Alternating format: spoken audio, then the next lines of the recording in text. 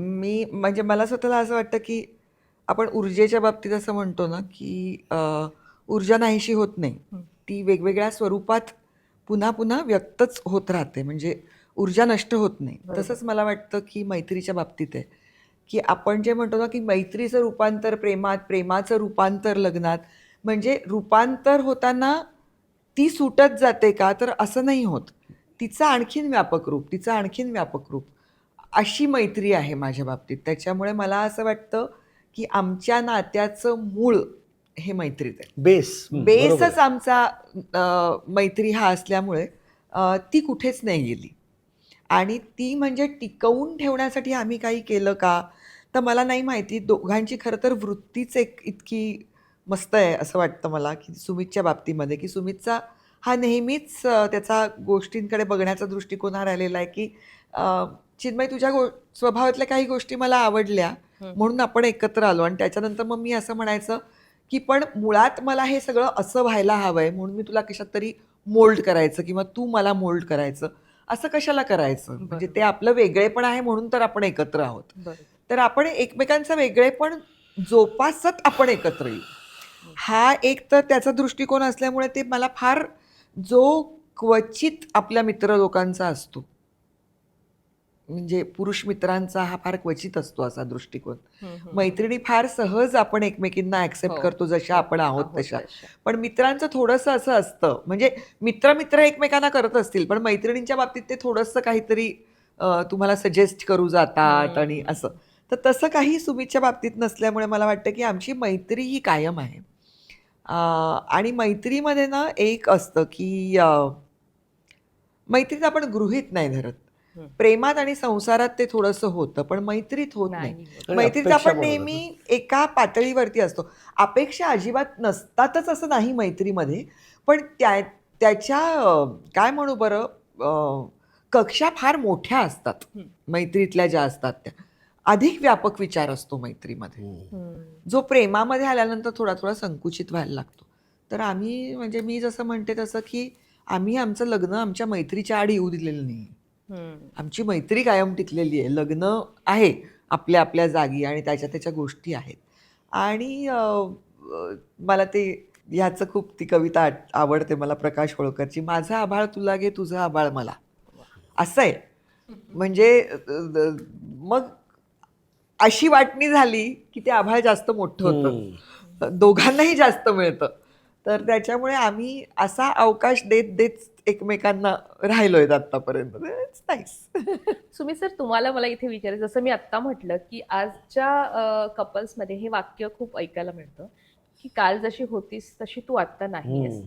कारण संसारात बाई जेव्हा रमते, मुलांमध्ये रमते, तेव्हा तिचा स्वतःकडे पाहण्याचा, हम्म. स्वतःला ग्रूम करायला ती थोडं थांबते किंवा हम्म. विसरते किंवा तिचं एक वेगळं जग निर्माण हम्म. होतं आणि त्यात ती रमते. आणि मग हम्म. हे वाक्य आपसूक समोरच्याकडनं म्हणजे नवऱ्याकडनं येतं. हम्म. एक चुकीचा समज कळलं. एकमेकांमध्ये निर्माण होतो आणि मग नात्याला एक वेगळं वळण मिळतं. यावर हम्म. तुमचं मत काय? हो, म्हणजे आपण एकमेकांच्या प्रेमात का पडतो? तुम्हाला काही गोष्टी आवडत असतात म्हणून आपण प्रेमात पडतो आणि मग नंतर अ, तुम्हाला अ, तसं आवडत नसेल म्हणून मग समोरचा माणूस बदलायला लागतो किंवा तुम्ही काहीतरी असं सुचवत जाता. हं, हं. तर मला असं वाटतं, की मी गेल्या वेळेला पण एकदा म्हणालो होतो, की लग्न ही काय रिहॅब नाहीये.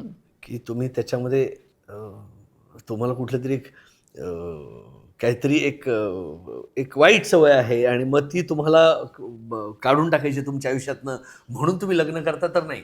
दोन माणसं एकमेकांना आवडतात, दोन माणसांना त्यांच्या क्वालिटीज आवडतात म्हणून ते एकत्र येतात. मग त्या क्वालिटीज जोपासल्या गेल्या पाहिजेत आणि मला असं वाटतं की दोघांनी एकमेकांना पूरक असणं गरजेचं आहे. दोघांनी एकमेकांना वाव देणं गरजेचं आहे आणि वाढण्यासाठी असं आपल्या या समाजातच असं होतं की माझ्या मते प्रत्येकच समाजात म्हणजे फक्त भारतीय संस्कृतीतच नाही सगळीकडेच असेल की एक बाई जेव्हा आपलं सगळं सोडून येते नवऱ्याकडे तेव्हा बऱ्याच गोष्टी ती सोडून येते आणि एक नवीन अवतार घेते इकडे आल्यानंतर. हं.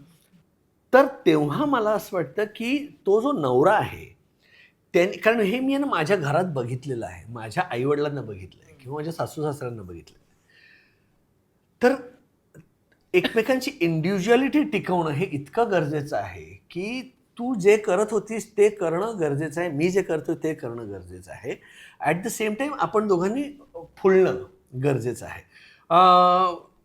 व्यवधानं असतात, खूप रिस्पॉन्सिबिलिटीज अंगावर येतात, मुलं होतात आणि मग त्यांचं संगोपन, आणि ह्याच्यामध्ये कुठेतरी आहे ना अशा वेगवेगळ्या भूमिका आपण आपल्यावर लादतो म्हणण्यापेक्षा त्या कराव्या लागतात. आपण आवश्यकता असते. आपण मित्र असतो, मग नवरा बायको होतो, मग आई वडील होतो, मग आजी आजोबा होतो. हे इतके रोल्स तुमच्या आयुष्यात येत असतात ना, तर त्याच्यातनं तो सुवर्ण मध्य काढणं फार गरजेचं आहे.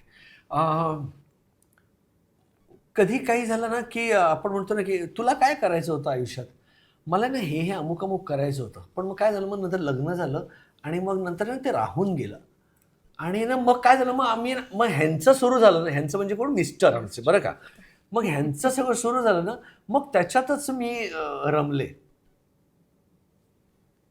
तू काय केलंस हे महत्वाचं आहे.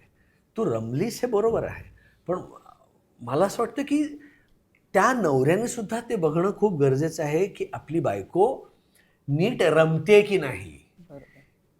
तिच्यात सुद्धा काही असे काही फॅकल्टीज असतात, काही क्वालिटीज असतात, त्यांना काय म्हणू, त्यांना हे मिळणं, प्लॅटफॉर्म मिळणं फार गरजेचं आहे. आणि काही ना काहीतरी, म्हणजे माझ्या आईच्या बाबतीत मी असं मला नेहमी वाटतं की मम्मीला खूप काही करण्यासारखं होतं, पण ती इतकी भावंडांमध्ये आणि संसारामध्ये इतकी अडकली की तिच्या बऱ्याचशा गोष्टी मागे राहिल्या.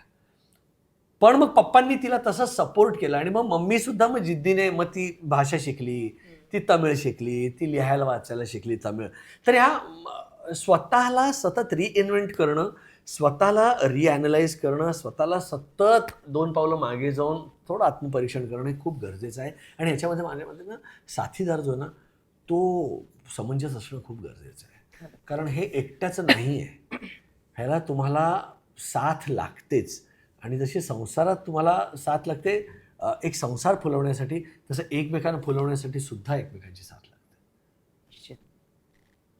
ते खूप गरजेचं आहे. निश्चित. आता तुम्ही नवीन नाटक आमच्या भेटीला आणलंय, आम्ही ते बघायला जाणारच आहोत, पण रील्स मधनं आम्हाला ते पोहोचतंय काही अंशात. हा, त्यामुळे उत्सुकता वाटते आणि खरं तर ती गरज आहे. त्यामुळे मला एक प्रश्न सुचलाय की मैत्रीमध्ये, आपण मैत्रीवर नाटक आहे, मैत्रीवर बोलतोय, मैत्रीमध्ये अपेक्षा ज्या असतात आपल्या मित्राकडनं मैत्रिणीकडनं, ती जेव्हा मैत्रीण किंवा मित्र आपला जोडीदार झाला किंवा प्रेमात पडला, तर त्या अपेक्षा वेगळ्या होतात. हे जे अपेक्षांचं ओझं आहे ना, ते आपल्याला कसं हलकं करता येईल, आणि ही मैत्री, जसं तुम्ही म्हणताय की आमच्या संसाराचा जो मूळ गाभा आहे किंवा मूळ जे फाउंडेशन आहे तीच मैत्री आहे, आणि ते राहिल्यामुळे हे नातं असं फुललंय.